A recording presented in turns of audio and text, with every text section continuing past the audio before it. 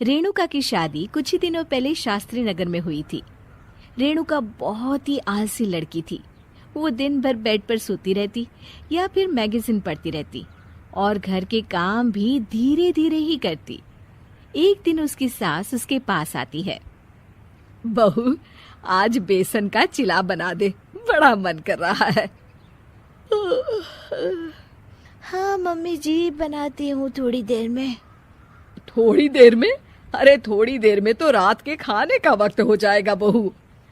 अच्छा मम्मी जी, तो फिर आप रात का खाना ही खा लीजिएगा ना। हे भगवान, कैसी आलसी बहू मिली है मुझे।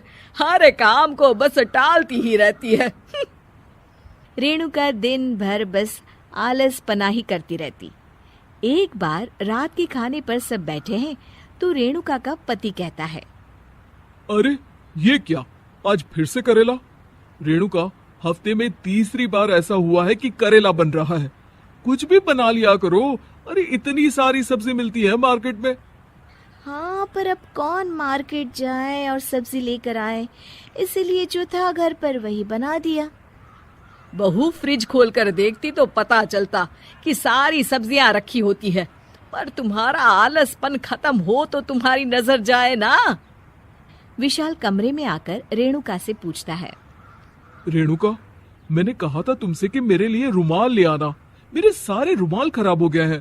तुम ले आई क्या? आज नहीं गई, कल ले आऊंगी। ओफो, पिछले 4 दिनों से मैं यही सुन रहा हूँ। बिना रुमाल के ऑफिस जाना पड़ रहा है। तुम तो बहुत ही आलसी होती जा रही हो रेणुका। आपको रुमाल की जरूरत है ना, तो खुद ही खरीद लीजिए ना। हाँ, अब वही करूंगा।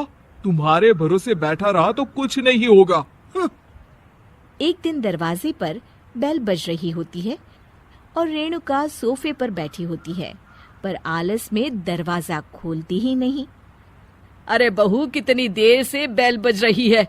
क्या कानों में रुई डालकर बैठी हो जो सुनाई नहीं दे रही बेल? मम्मी जी, अब आप आ ही गई हैं तो आप ही खोल दीजिए ना दरवाजा। क्यों मुझे ताना मारकर और देर कर रही हैं? अरे वाह, उल्टा चोर को तवाल को डांटे। सास दरवाजा खोलती है तो उसकी पड़ोसन दरवाजे पर खड़ी होती है। दरवाजा खोलने में इतनी देर क्यों हो गई? सब सो गए थे क्या? और ये भी कोई वक्त है क्या सोने का? हाँ? अरे नहीं नहीं, ऐसी कोई बात नहीं है। आइए आइए, आप लोग अंदर आइए। ओफो, इन सबको भी अभी आना था। अब मम्मी जी लगा देंगी मेरी ड्यूटी किचन में। बहू पकोड़े तल दे, बहू चाय बना दे। अरे बहू, सो गई क्या? कब से आवाज दे रही हूँ। जा चाय बना कर लिया। हाँ मम्मी जी, अभी जाती हूँ थोड़ी देर में। सास रेणुका को आंख दिखाती है। मतलब थोड़ी ही देर लगेगी चाय बनाने में, अभी ले आती हूँ, बस झटपट।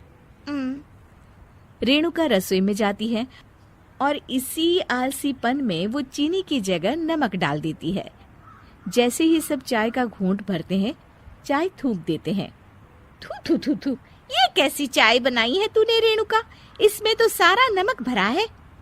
हाँ, और ये पकोड़े, इसमें इतनी मिर्च है कि मेरी तो हालत ही खराब हो गई खाकर। और रेणु जी, आपकी खातिरदारी में पहले तो कभी कोई कमी नहीं रहती थी, पर जब से आपकी ये बहू आई है ना, मामला कुछ गड़बड़ा सा गया है।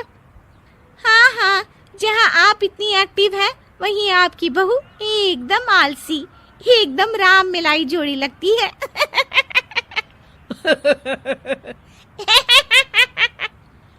अच्छा जी, चलते हैं अब। नमक वाली चाय पिलाने के लिए बहुत बहुत शुक्रिया। सब वहां से चले जाते हैं। अरे तूने तो मेरी नाक ही कटा दी बहू। वे लोग क्या सोच रहे होंगे मेरे बारे में?